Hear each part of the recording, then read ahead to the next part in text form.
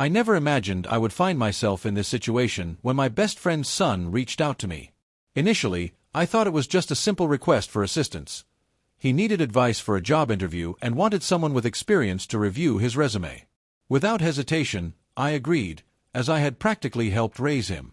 I recall the days when he was a young boy with scuffed knees and unruly hair, playfully chasing his mother around the garden while I enjoyed a glass of wine on the porch. Assisting him felt instinctive. However, when he entered my living room, I was taken aback by the man he had become, taller, sharper, and exuding a quiet confidence. He smiled as if he still cherished those summer memories, but his eyes conveyed something deeper, watchful and inquisitive. He settled in, opened his laptop, and sought my guidance. I did what I always do, took charge, provided feedback, and encouraged him, but I noticed. The discussion transitioned from professional matters to personal life, and he asked about my romantic relationship. I provided the standard replies. "We're doing well," I replied. "Just busy, as you can imagine." He nodded, yet there was a subtle shift in his expression, as if he grasped the unspoken meaning behind those seemingly fine, yet disconnected, quiet dinners.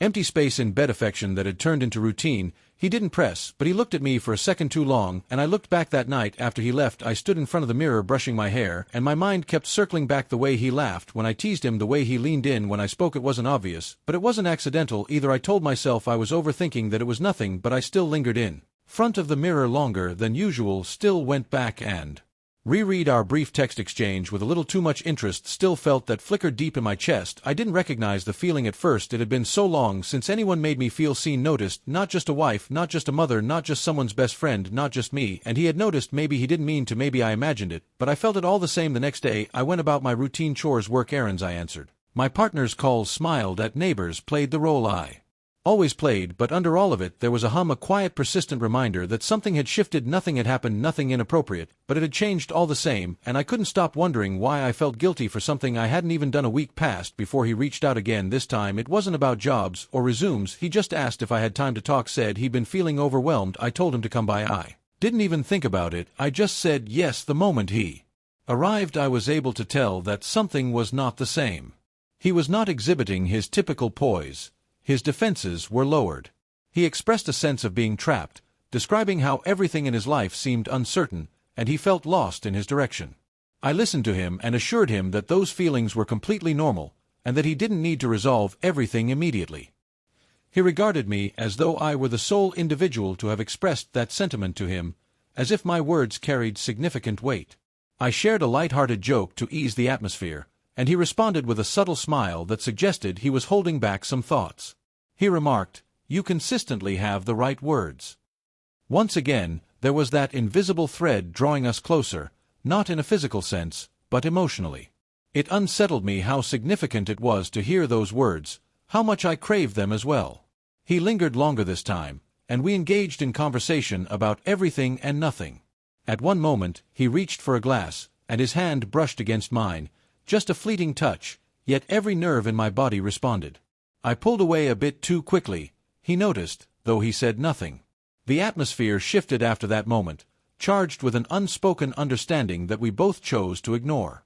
When he left, he gave me a look I couldn't name, not exactly longing, not exactly guilt, just something unreadable but honest. I told myself it was all in my head, that he was just grateful that I was being ridiculous, but I couldn't stop replaying it, that small touch, that silent moment where nothing happened, but everything almost did. That night, I couldn't sleep. My thoughts were a mess. I kept asking myself why I was reacting this way, why I was letting this get to me, but the truth was simple. It had been so long since I felt like I mattered to someone, since someone looked at me not out of habit, but out of choice. He looked at me like I was still vibrant, still wanted, and I hated how good it felt. I started questioning myself more. Every message he sent, every word I typed back, was I crossing a line? Was I imagining one? Was I just lonely? I didn't even know anymore. I only knew that something had been set in motion, and I couldn't seem to stop it, not because I didn't want to, but because I wasn't sure I really did. It wasn't planned. That's the part one keep coming back to. There was no moment where I said, "This is it, I'm going to do this."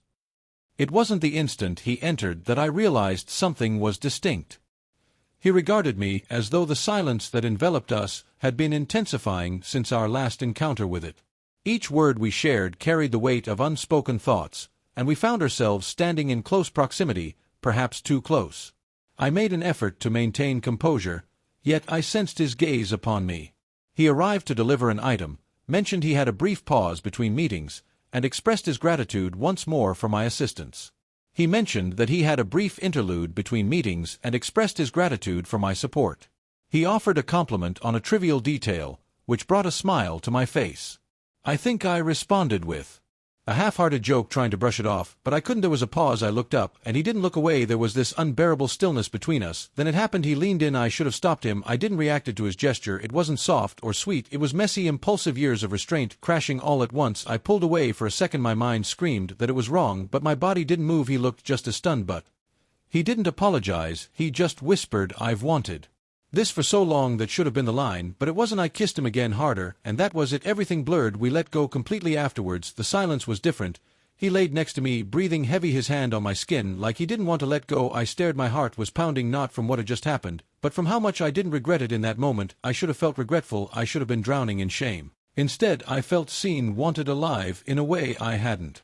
In years. He didn't say much, and neither did I. There wasn't anything to say that wouldn't make it worse, but his touch lingered, like he didn't want this to be a one-time mistake. That terrified me, because part of me didn't either. When he left, he didn't say goodbye. He just looked at me like he was waiting for me to speak first. I couldn't. I just closed the door slowly and leaned against it, trying to breathe. Everything felt heavier, not just the guilt, but the realization that I made a decision I never thought I would, and even worse, I knew I'd make the same decision again if he asked. The days after felt unreal. I went through the motions: work, conversations, dinners, but everything was foggy. He didn't reach out, and I didn't either, not because I didn't want to, but because I didn't know what to say. What could I say that wouldn't make it worse? Every time I looked at my phone, I thought about messaging him just one word, just to see if he was thinking about it too. I never did, and yet I kept waiting for his name to appear. My partner noticed something was off. He asked if I was okay. Delight said I was just tired, distracted.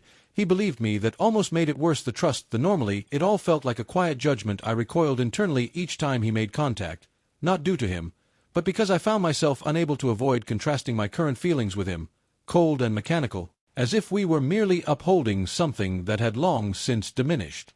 I distanced myself from my best friend, overlooked her calls, and continually envisioned her face, her voice, and the trust she placed in me.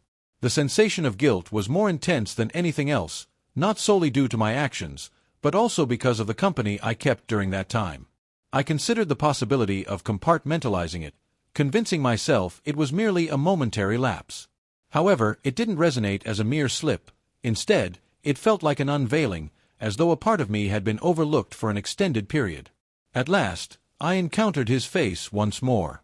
The connection remained intact, lingering just beneath the surface, yet a sense of distance had emerged, as if we both recognized our actions, and neither of us possessed the resolve to explore it further in the darkness of night. In a public setting, we shared a moment of silence, communicating through a meaningful exchange of glances from across the room. There was a moment where everything came to a standstill. My sleepless nights are not solely a result of being haunted by past events. Instead, they stem from my continual reflection on the incident, including both the actions taken and the underlying reasons that contributed to it. I must acknowledge that my inaction stemmed not from youthful temptation or emotional yearning.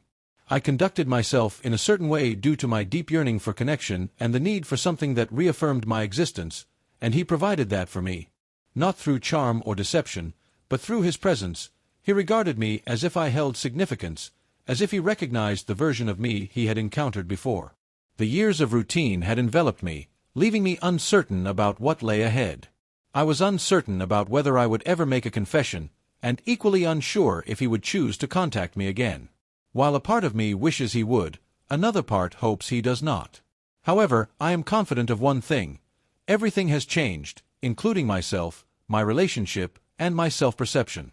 Certain decisions do not simply create a momentary impact, they resonate over time.